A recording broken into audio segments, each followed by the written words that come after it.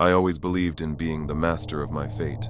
Control was not just a desire for me, it was the foundation of my existence. That was until the night of November 5th, when control became a distant, mocking illusion, swallowed by an unforeseen terror. I remember the chilling breeze that evening as I sat on the porch of our old Victorian house, a structure whispered to be touched by the unknown. The autumn air was heavy with the scent of decay, a fitting prelude to the nightmare that would unfold. Inside, my sister Emily's laughter, usually a comforting melody, was drowned out by an inexplicable sense of dread that crept up my spine. We were supposed to be celebrating her artistic achievement, but an unshakable foreboding loomed over me. Growing up in this house, a remnant of our family's enigmatic past, Emily and I were no strangers to its peculiarities, unexplained creaks, cold spots, and fleeting shadows that some would dismiss as tricks of light. But we knew better.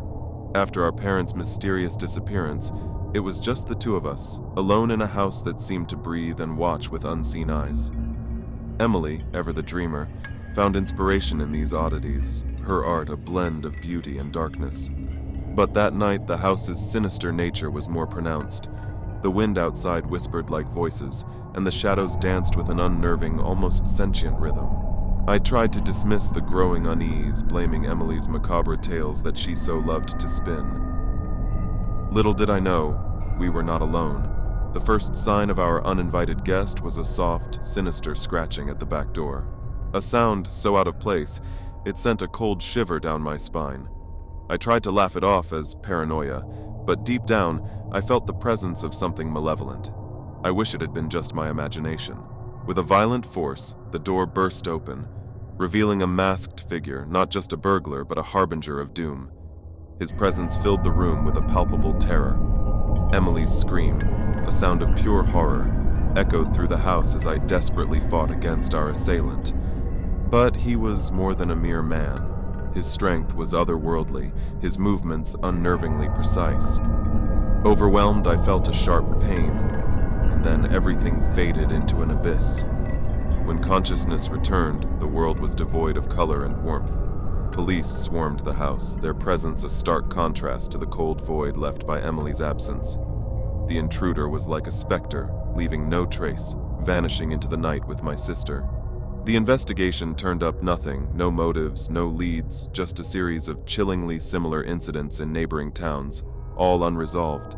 Haunted by her disappearance, our house transformed into a mausoleum of memories and unspoken fears. Emily's art, once vibrant and alive, now seemed to mock me with its incomplete tales.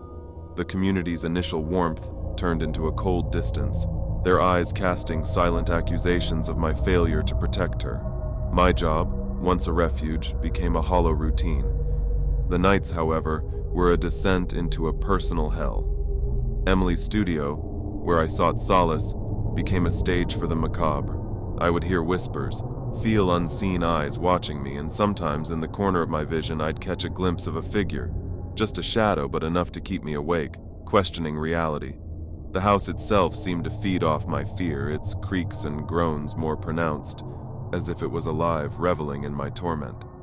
My research into unsolved crimes turned into an obsession, my room a shrine to the unknown and the terrifying. I opened the door to an empty darkness, the wind's howl the only answer. That moment crystallized the horror of my existence. I was trapped in a loop of fear and madness, haunted by a sister lost and a presence that lingered just beyond sight.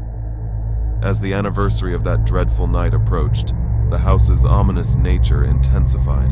The air grew colder, the shadows darker, and I felt a constant watchful gaze. In my heart, I knew I was not alone. Emily's unfinished paintings seemed to whisper secrets, their incomplete stories a mirror to my fractured reality. One evening, a startling epiphany struck me as I looked through old photographs of Emily. Her vibrant spirit shone through each image, a stark contrast to the shadow I had become. I realized then that my quest for answers had turned into a prison, shielding me from the pain of moving forward, of accepting a life without her. Driven by this revelation, I began to reach out, to reconnect with a world I had shunned. I started attending community events, rekindled old friendships, and even initiated a support group for families of the missing. Each step was a battle against the darkness that had consumed me, but slowly, the oppressive weight of my grief began to lift. On the anniversary night, under a clear, star-filled sky, I stood on the porch, the epicenter of our nightmare, and allowed myself to feel the full spectrum of my emotions: the pain, the loss, the love for Emily, and the inexorable flow of time.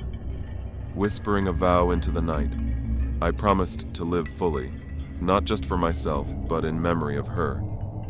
The following day marked the beginning of a new chapter. I dismantled my investigation center, shedding the skin of the obsessed, grief-stricken recluse.